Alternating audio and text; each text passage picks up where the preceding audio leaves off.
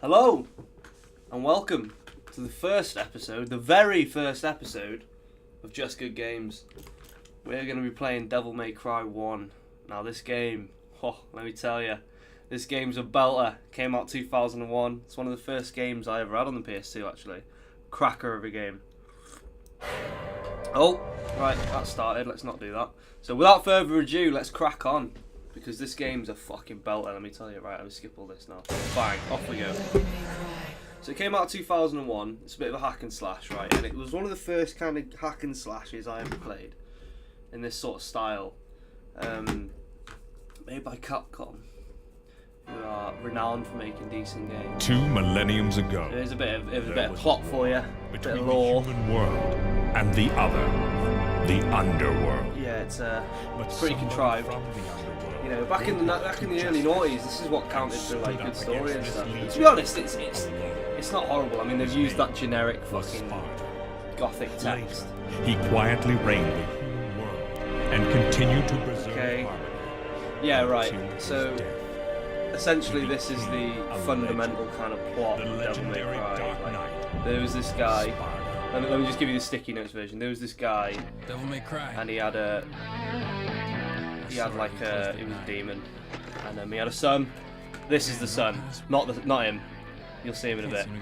Son Dante, and he was a half demon, half human. Very, forbidden romance. Anyway, so Dante here. Whoa, slow down, babe. He's what cool was in 2001, with his long red coat and his white hair. What do we have here? And people ride a motorbike into your shop, not even bothered. Don't even care. She's fucking, again, those shades. So, whoa, they were cool. You must be the handyman who'll take any dirty job. Nice top. Am I correct? It's like sliced. See, I don't know what kind of shop he's running here. Like, is it a tit shop? You know what I mean? Is it a titty poster shop? Is it a sword shop? Is it a dartboard, You're the man who skull, lost a mother drum and a kit brother to shop? evil 20 years ago. The Probably son a of the pawn shop. legendary Dark Knight Oh, it's a Spartan. pawn shop. Of course it's a Mr. pawn Dante. shop. Looks like he studies alchemy as well. Looks like he's got a fucking Well, the alchemy way I circle figure there. it, in this business, a lot of your kind comes around. There we go. So he's obviously, And if I kill each one that comes, he's a cool guy. eventually The you waistcoat, should the red jump out coat. It's sooner all or later. fucking good luck. In that case, And you should be used to this sort of thing. this is all it took to kind of establish a story. Just woman bike, electric fighting. Cool. That was the shit. Right, no, wait, just hold on. Just fucking hold on. Right, she throws the sword at him. He's not dead, so obviously he's not human. She's giving him the PowerPoint effect, fucking electric lightning. Talking shit to him. This fucking bit! This bit! Motorbike. No. sword. Time to go to work, guys. That was the fucking epitome of cool when I was a kid, mate. It still is, fuck, it still is.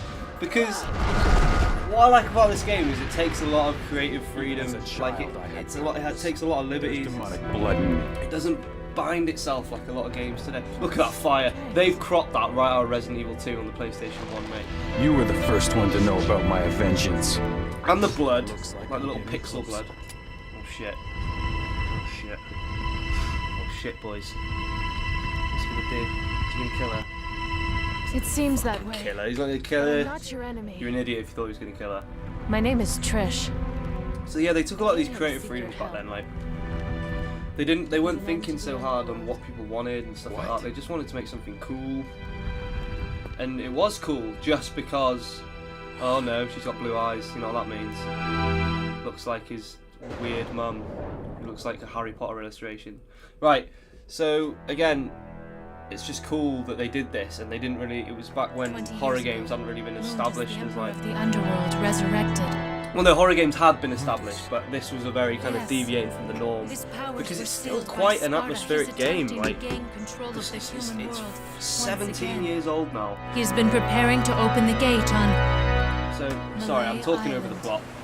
Essentially, what's happening is this woman turned up here. She's called Trish, right? She's rocked up and she's gone, listen, you're Dante. I've got a problem. There's a fella on an island, Mundus, right? That's Mundus, right? It's a weird name, right? They're there now. I don't know how they got there. don't ask questions you don't want the answers to, I guess. Sick coat again. See, I'd wear that if I was a white-haired, half-demon, half-human hybrid. Let's go. Early noughties buff hench tanned guy. I'd probably wear that outfit and get away with it. She just skipped the whole game. She jumped up that clip and that's it. And here we go, gameplay. Off we go. Now I hope this looks quite good for you, because it's looking very sort of pixelated for me. It's pretty crisp, but you know, it's got that ancient sort of... So this is what this game's about, you know. It's like, it's about running about, it's about very simple sort of... So you collect these orbs, right? And each orb has its own kind of a thing, like property. A little bit of a secret for you. Yeah, but I mean, this was fucking revolutionary back in the day, man. I mean, this blew my mind. I was like, look at this, look at the scale. The visuals are bang, look at that. That's a bit of a secret for you. So blue orb, you get 4 pieces of blue orb, bang. You're golden, mate. You get a bit more health, a bit more max health. So again, this was the bomb. I'm going to try and make these episodes sort of between 15 and 25 minutes long, because I feel like anything longer than that and people kind of get bored, and anything shorter, it's not enough content. So, you know, this is my first time streaming or making a video or whatever, ever. So I'm a bit nervous. But I hope you guys enjoy it. I hope I've got something insightful to say about this game. So it's mission 1, 28. Doesn't seem a lot, but it's enough. I forgot to put a time on for this episode, so I'll just play it till the end of this level. Call it there. So this first bit. Again, listen to this music. Doesn't it just fucking... Doesn't it fill you with dread? Wait it. Doesn't that fill you with dread, mate? It's like someone's, and the way it's edited in, it sounds like someone's actually in the castle kind of playing it. I love that. That's good sound design, that. So this first bit, I guess it's to teach you how to sort of wrap your head around the controls, because a lot of this game involves kind of jumping off walls and platforming, a little bit of that, because they're still kind of, you know, it's the end of the 90s, isn't it? They were still playing all these old games. So that was kind of what they used. So you gotta, it's to teach you like the fundamentals of how to move, which is quite clever, I think. You know, it's a bit dull, but it's like a very kind of cheeky way to teach you how to, like, you know, jump off the walls and jump off the same wall 5 fucking times as you try. There we go, right. So then you have to go, huh! And that teaches you that, jumping across the thing. And all these camera angles as well is like, it's very Resident Evil, but they're still kind of dynamic, so it doesn't, you don't feel like you're kind of, fucking tea keeps sticking to the coaster. Sorry, folks. Right. What you have to do is you collect these orbs, right? And these orbs open certain doors. Like, there's only 3 doors in the game that you need orbs to open. But this one here needs 45 orbs, right? And I am about to get the 45th orb. That should be it. Yep. So we're good. We're golden. But did I get that blue orb fragment? No, I didn't. So there's a blue orb fragment over there. Again, you see that? You've taught yourself this. You go bang. You're up on here. You go fucking hell. Look at that. Getting secrets. I mean, you know, game design is just, it's crafty like that sometimes. It's nice. It's nice to be able to feel be rewarded for your own sort of like achievements. So here we go. Go up to the door. Big hand comes out. But look at me. I'm bang. 45 red orbs. Smash. My hand. It's all over for you, buddy. Right, so we're in this room now. So it's secret. Another blue orb fragment. I'm on top of it tonight, boys. Fucking hell, we nearly got 4 already. How long have we been playing? 10 minutes? Not even that? Fucking hell, I'm on a roll tonight. So yeah, it's like a hack and slash, but it's I feel like it inspired like so many sort of similar games of the same sort of vein. Like, I've never played anything like it that came out before this. I'm sure there is. I might just be very ignorant, very young. Like, maybe I was too young to play games like this. But like, oh, okay, yeah, we get it. There's a hole. All right. But you know, like, it's sort of like what's I fucking talking about? Sorry, I'm losing my train of thought here. But you know, like, I feel like this is one of the first games that sort of scratched that itch for me. Like I never played anything like it. It was scary as well. Like, there's something real creepy. Like, look at that! That's creepy as fuck. And it's cool as well, like it's really original and clever. Like I love the outfit and like the whole feeling of it, and then it's like, oh fuck, just to instill that little sense of dread.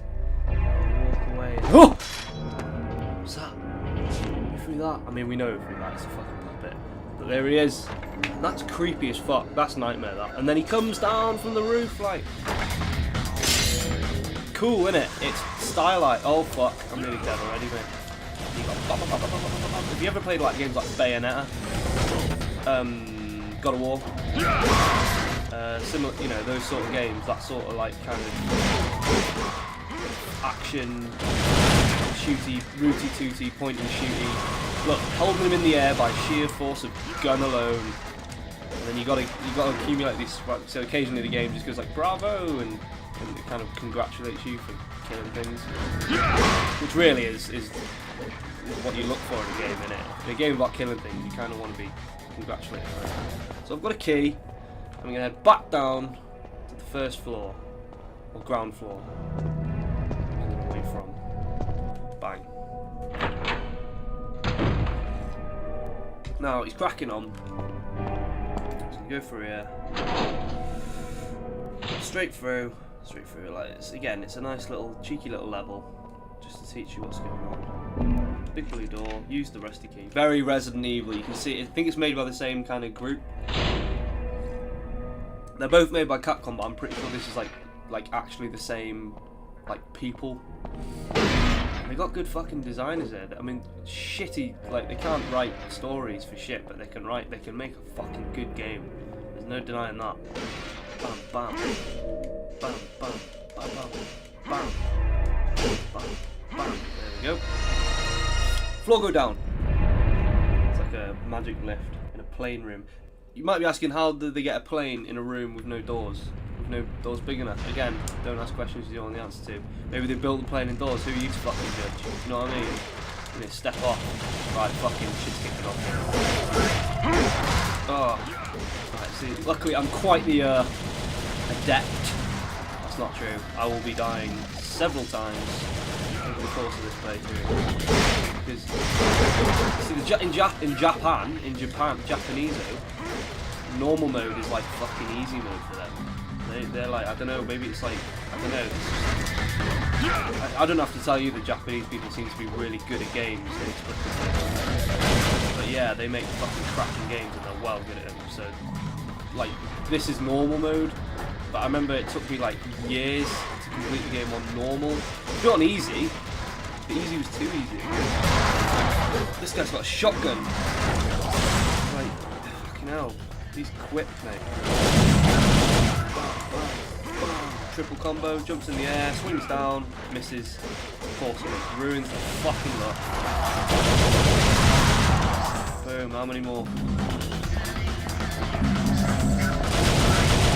I love that. It's just that sense of just like, it's cool, innit? It's just so fucking unapologetically, fucking unabashedly cool.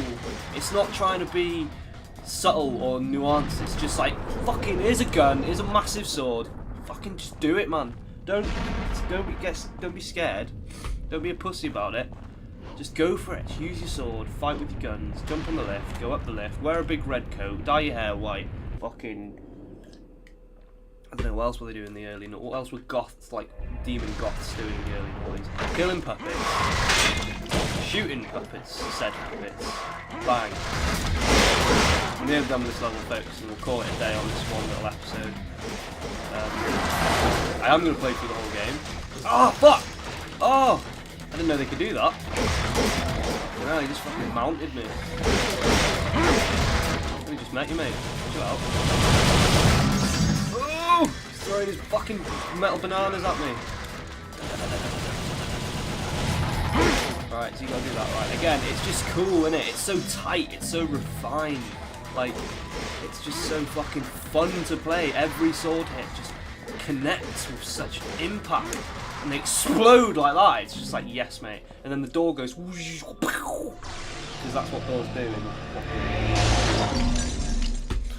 Search your door today and you will find a hand. I'm not even joking. And look at that, just to top it off. Folks, look at that. First blue orb of the day. Fucking hell. Doesn't have to make you proud of that. Seeing that first blue orb of the day. Let me tell you. Oh. And there we go. End of level 1. So, next time on JGG, we'll be playing level 2. Maybe, if you're lucky. Level 3. Thank you for watching. See you next time.